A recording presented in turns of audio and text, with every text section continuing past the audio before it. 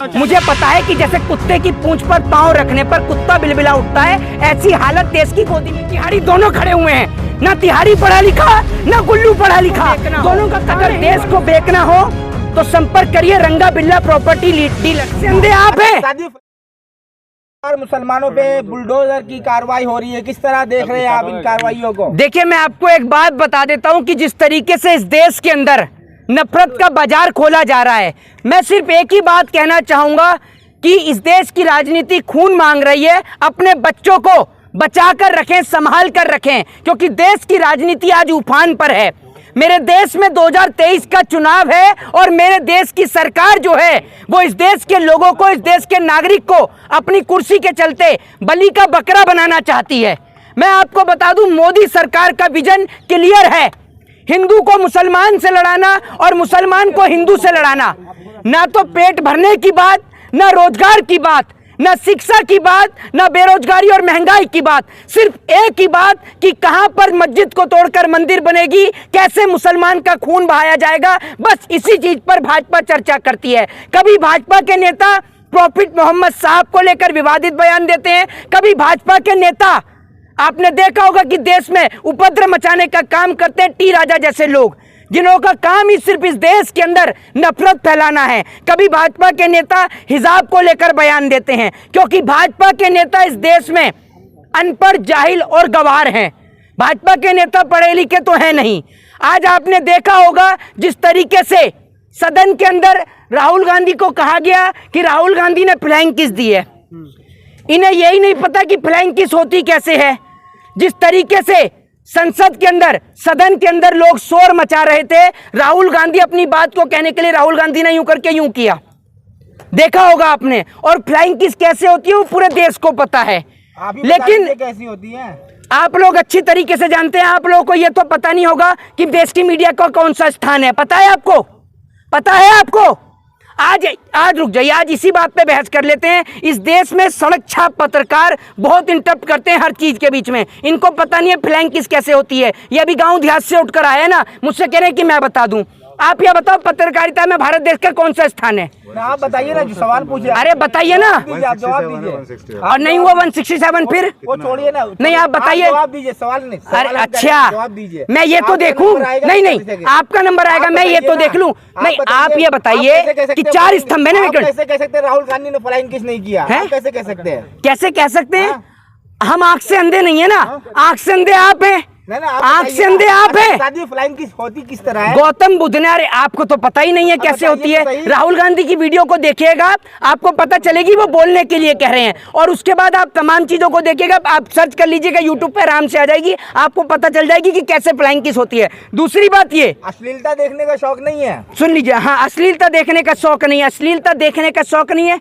आप इतने बेशरम पत्रकार हैं कि जिस तरीके से मणिपुर के अंदर देश की बेटियों को निर्वस्त्र करके घुमाया गया, इन जैसे पत्रकार मूक दर्शक बन के बैठे हुए थे, इसीलिए तो देश की बेटियों को निर्वस्त्र करके घुमा दिया गया। ये कहते हैं कि अश्लीलता, किसी बेटी की इज्जत जब लुट जाती है ना, तो पता करके देखिएगा कि उसके बाप के ऊपर, उसके पति के ऊपर क्या पड़ता है फर्क। ठीक है ना? पत्रकारों के साथ क्या करना चाहिए जो नफरत फैलाते हैं गोदी?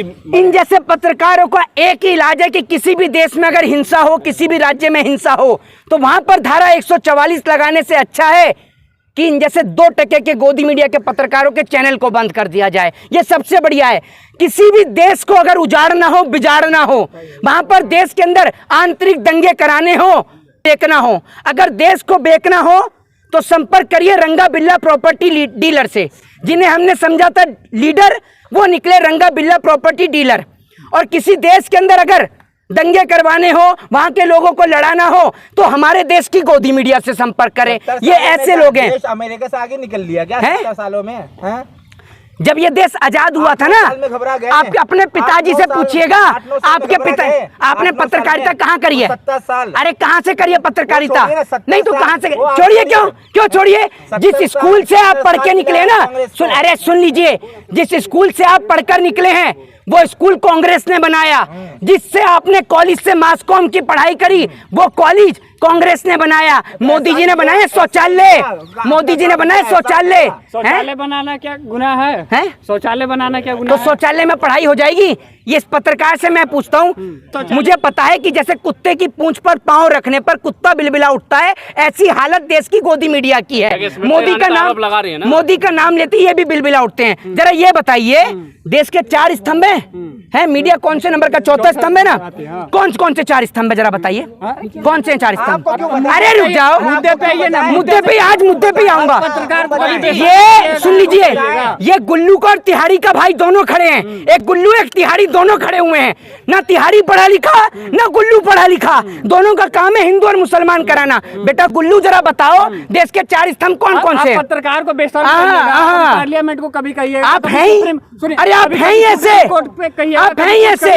इस देश के अंदर सुप्रीम कोर्ट है, इसका आप अपमान कर रहे हैं, तो आप सम्मान के लायक ही नहीं है। जो पत्रकार अपना सम्मान पेटीएम के चलते बेच चुका हो, मर्यादा भूल रहे, मर्यादा तो बहुत याद रहती है। प्रदीप भंडारी को जो टीवी चैनल पर बैठकर गाली दे देता है, बहुत मर्यादा रहती है।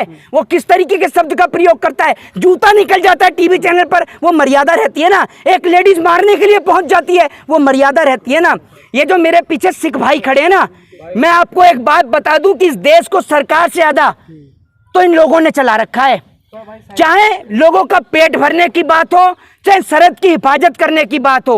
आज अगर हरियाणा के अंदर, नूह के अंदर, मेवात में अगर दंगे हुए, उसको रोकने का काम किया तो वो भी हमारे किसान भाइयों ने किया। जिस तरीके से जाट नेता आगे आए, जाट नेताओं ने आगे आकर कहा कि मेवाती हमारे भाई हैं और ये हिंसा प्रायोजित है और हम इस हिंसा में साथ नहीं लेंगे। एक बात मैं आपको बता दूं कि जो पगड़ी बांधे सिख भाई खड़े हैं ना, अगर ये गुरुद्वारे बंद कर देना अपने, तो इस देश के अंदर जहां अगर 200 लोग भूखे पेट मर रहे हैं ना, वहां पर आप ये समझिए 800 लोग भूखे पेट मरने लगेंगे। वो तो इनका शुक्रिया अदा है कि लोगों के पेट भरने का काम करते हैं, लेकिन उसके बाद भी पेट भर के खा रहे हैं। क्या बात? अच्छा, पेट भर के खा रहे हैं, तो जो गुरुद्वारे में हैं 5 किलो अनाज दिया जाता है, ऐसे भूखे मर जाएंगे। अरे बेवकूफ पत्रकार, जरा ये बताओ, जिसकी औकात 5 किलो राशन खरीदने की नहीं है, वो 1100 का सिलेंडर खरीद लेगा। तू कच्चा गेहूं खा लेगा? कच्चा चावल खा लेता है क्या भाई? ये तो बता दे। कच्चा गेहूं, कच्चा राशन खाते हो? कच्चा राशन खाते हो? भरपेट खा रहे हैं। तुम कच्चा खाते हो क्या? सब खा रहे हैं। अरे भैया सब खा रहे हैं, तुम ही खा रहे हो, सिर्फ तुम्हारा ही पेट भरे जा रहा है, तुम्हारा ही तो पेट भरा, पूरा तो देश खा गए तुम। तो बहुत कुछ बोल रही है उनका, उसके बारे में, स्मृति ईरानी के बारे में क्या है? स्मृति ईरानी, आज स्मृति ईरानी बोल रही है कश्मीरी पंडितों को और हिंदुओं को लेकर, स्मृति ईरानी को दर्द महसूस हो रहा है। जब स्मृति ईरानी बताएं, स्मृति ईरानी को तब दर्द महसूस नहीं होता जब उनकी पार्टी का एक बलात्कारी एमएलए कुलदीप सिंह सेंगर एक बेटी के साथ बलात्कार करता है, तब स्मृति ईरानियों को हिंदू का दर्द नजर नहीं आता। जब भारत देश के बॉर्डर पर बैठकर 750 से ज्यादा किसान भाई शहीद हो गए, तब स्मृति ईरानी को दर्द नजर नहीं आता। जब मणिपुर के अंदर देश की बेटियों को निर्वस्त्र कर दिया गया, तब स्मृति ईरानी को दर्द नजर नहीं आता। स्मृति ईरानी को पश्चिम बंगाली नजर आता है, राजस्थान नजर आता है, छत्तीसगढ़ नजर आता है। स्मृति ईरानी को क्यों नजर नहीं आता उत्तर प्रदेश? स्मृति ईरानी को मणिपुर नजर क्यों नहीं आता? जब स्मृति ईरानी की बेटी की बात हो, आई फ्लो चल रहा है ना इस वक्त, है आई फ्लो काफी चल रहा है। हाँ, आई फ्लू तो भाजपा के नेताओं को बचपन से है, आज थोड़ी है। आई फ्लू तो बचपन से है और जनता से इनको कोरोना हो जाता है। जनता से भाजपा के नेता मिलते नहीं है। भाजपा के नेता ऐसे हैं कि इनको कोई बस की टिकट ना दे, लेकिन आज ये भाजपा के नेता जो हैं, ये मंत्री और सांसद बन के बैठे हैं। ये इस देश की विडंबना है। किसी एक महान व्यक्ति ने कहा था कि अगर किसी देश को बर्बाद करना हो तो वहां के लोगों को धर्म के नाम पर लड़ा दो, वहां के लोगों के बीच नफरत पैदा कर दो। लेकिन मोदी जी कहते हैं अमृत काल चल रहा है, विदेशों में डंका बज रहा है, आम जैसा जो होता है ना, हाँ। उस तरह से डंका बज रहा है। तो बेटी पढ़ रही है, सब हो रहा है, कुछ क्या कहेंगे? देखिए, आपकी एक बेशर्मी की ना एक सरहद और सीमा हो चुकी है। मेरे पास आपकी बेशर्मी के लिए कोई शब्द नहीं है। शर्मा, ये गलत बात है। हाँ, आप पे पचे नहीं, रहा, मोदी जी सच कह रहे नहीं पचे रहा, सवाल पूछो तो बेशर्मी। अगर एक बात सोच कर देखो, वो जो बेटी है जिसको निर्वस्त्र करके घुमाया गया, मेरे को बोलना नहीं चाहिए। हाँ दुखी है, हाँ दुखी है। गए तुम उसके पास मिलने? गए मणिपुर चल रहा है, गए, दुखी है, दुखी है। हम तो उसके लिए लगातार आवाज उठा रहे हैं। आपने आवाज कहाँ आवाज उठाई? बताइए कौन सा चैनल है आपका, कहाँ उठाई है?